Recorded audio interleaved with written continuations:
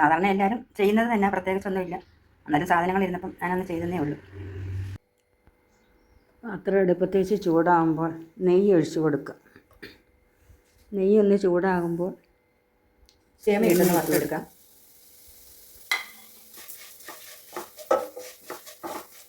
സേമിയ നല്ലതുപോലെ മൂത്തിട്ട് കോരിയെടുക്കുക.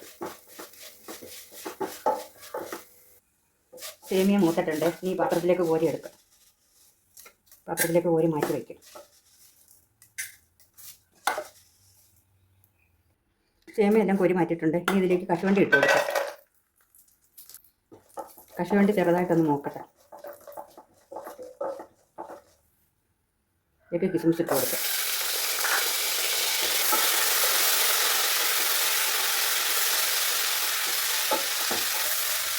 ഇതിനകത്ത് വെള്ളം ഉണ്ടായിരുന്നു, അതുകൊണ്ട് അത് പൊട്ടിത്തെറിച്ചു.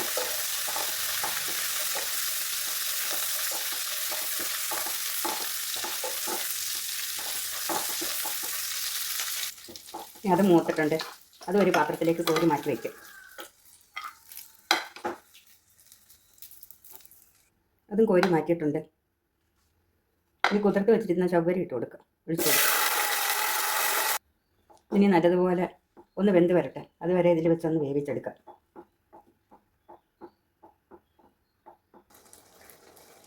നല്ലതുപോലെ ഒന്ന് വേവിച്ചെടുക്കുക. അതുവരെ ഒന്ന് വെച്ച് നമുക്ക് ഇടയ്ക്കൊന്ന് ഇളക്കി കൊടുക്കാം.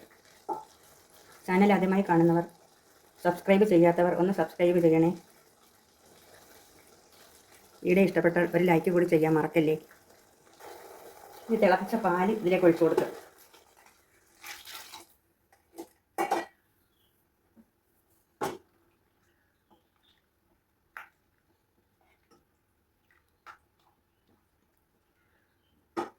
സേമിയ കൂടി ഇട്ട് കൊടുക്കാം. വറുത്ത് വെച്ചിരുന്നത് സേമിയ ഇവിടെ നല്ലപോലെ വെന്ത് വരട്ടെ.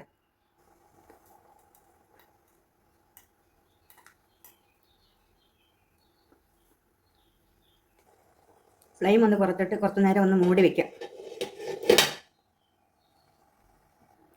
സേമിയ വെന്തിട്ടുണ്ടോ എന്നൊന്ന് നോക്കാം.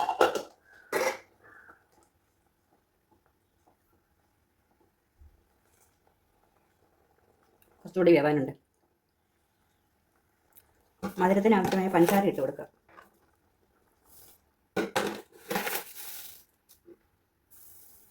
അത്രയും മതിയാവുമായിരിക്കും. പഞ്ചസാര ഒന്ന് മിക്സാക്കി എടുക്കുക.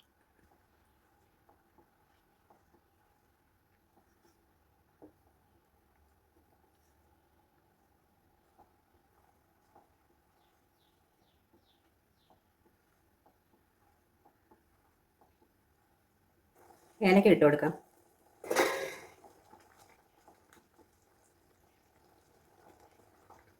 സേമിയ കുറച്ചുകൂടി വേകാനുണ്ട്. സേമിയത്തിരി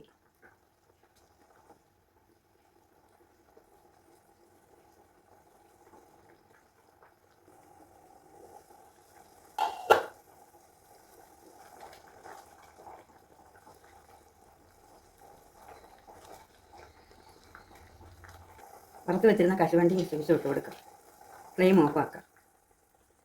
ഇനി അടച്ചു വെച്ചേക്കാം. ഇതിരുന്ന് നല്ലതുപോലെ വെന്ത് എല്ലാം ഒന്ന് കുറുകി വരട്ടെ. ചൂടൊക്കെ കുറച്ച് കുറഞ്ഞിട്ടുണ്ട്. എല്ലാം ഒന്ന് സെറ്റായിട്ടുണ്ട്. ഇനി ഒരു പാത്രത്തിലേക്ക് വേറെ ബൗളിലേക്ക് പിടിച്ച് വെക്കാം.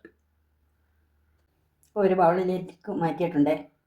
എല്ലാം റെഡി. മധുരമൊക്കെ കറക്റ്റ് ഉണ്ട്. ഇച്ചിരി ചവ്വരി കൂടി പോയോ എന്നൊരു സംശയമുണ്ട്. എന്നാലും കുഴപ്പമില്ല. നോക്കിയിട്ട് രുചി തോന്നിക്കുന്നുണ്ട്.